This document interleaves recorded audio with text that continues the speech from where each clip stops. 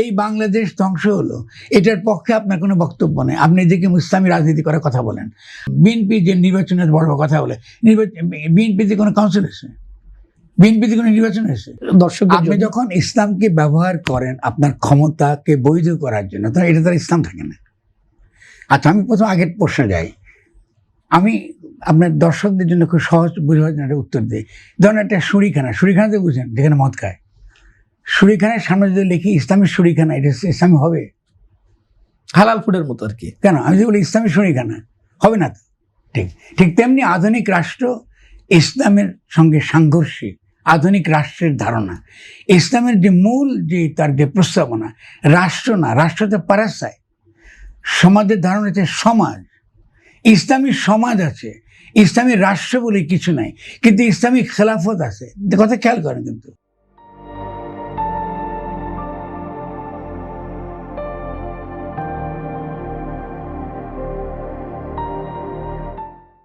ইসলামী খেলাফত মানে ইসলামী কি প্রশাসনিক ব্যবস্থা। কেমন? ফলে আপনি যদি এটা না বুঝেন, তাহলে ওই যে আধুনিক ইসলামী রাষ্ট্রের গায়ে যদি আপনি কি একটা ইসলামের ছাপ দেন, দাবি করেন এটা ইসলামী রাষ্ট্র হয়ে গেছে, কেমন? তো এটা তো হয় না, এটা তো একটা স্ববিরোধী কাজ। কেমন?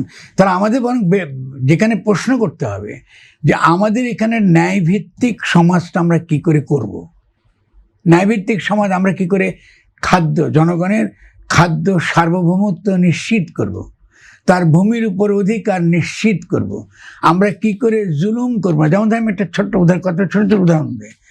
আপনি যদি মায়ের কাছ থেকে বাচ্চাকে সরিয়ে নেন, তাহলে এটা কি ইসলামের চোখে এটা জুলুম? কারণ মায়ের সঙ্গে বাচ্চাই থাকবার কথা। আপনি যদি কৃষককে তার জমি থেকে বিচ্ছিন্ন করেন, আপনি জুলুম করেন তার। আপনি যদি শ্রমিককে তার কারখানার যন্ত্র থেকে বিচ্ছিন্ন করেন, আপনি জুলুম করেন। এই হচ্ছে ইসলামের নীতি। তাহলে আপনি তো এই নীতি কায়েম করছেন না, আপনি তো রাজনীতি করছেন না। আপনি কেন বাংলাদেশে যে এত সমৃদ্ধ একটা বাংলাদেশ, শস্য শ্যামলে, এই বাংলাদেশ ধ্বংস হলো, এটার পক্ষে আপনার কোনো বক্তব্য নেই। আপনি এদিকে ইসলামী রাজনীতি করার কথা বলেন, আপনি বোতলে পানি খান। আপনি যে বোতলে পানি খাচ্ছেন, কেমন? পানি তো হক, প্রত্যেকটা জীবের এবং মানুষের অধিকার। আপনি বোতলে পানিকে বাণিজ্যকরণ করছেন কেন? আপনি কি মুসলমান? আপনি কি হাসান হোসেনের গল্প ভুলে গেছেন? আপনি কারবালা ভুলে গেছেন? তাহলে আপনি নিজেকে মুসলিম দাবি করতেই পারেন না। ঠিক আছে, আপনি তাহলে কি, আপনি যখন এটা করেন, আর আরও আছে তো, আপনি মাজার বিরোধিতা করেন, কিন্তু মাজারের হক যখন খেয়ে ফেলে, লুটপাট করে ইজারাদাররা, তখন তো আপনি কিছু বলেন না, উল্টে গিয়ে আপনি মাজার আক্রমণ করেন।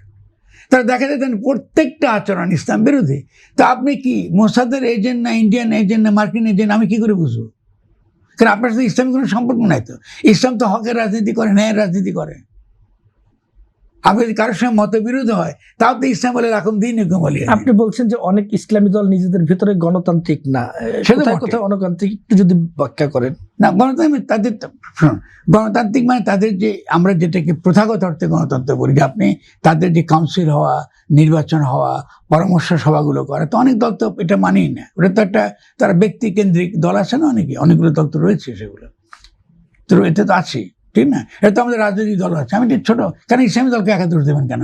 আজকে যে বিএনপি যে নির্বাচনের বড় কথা বলে, বিএনপিতে কোনো কাউন্সিল এসে, বিএনপিতে কোনো নির্বাচন এসে, কোন বিএনপির নেতা নির্বাচিত হয়েছে খালেদা জিয়ার মৃত্যুর পরে, তিনি যে চলে গেছেন তারপরে হয়েছে কি বলুন?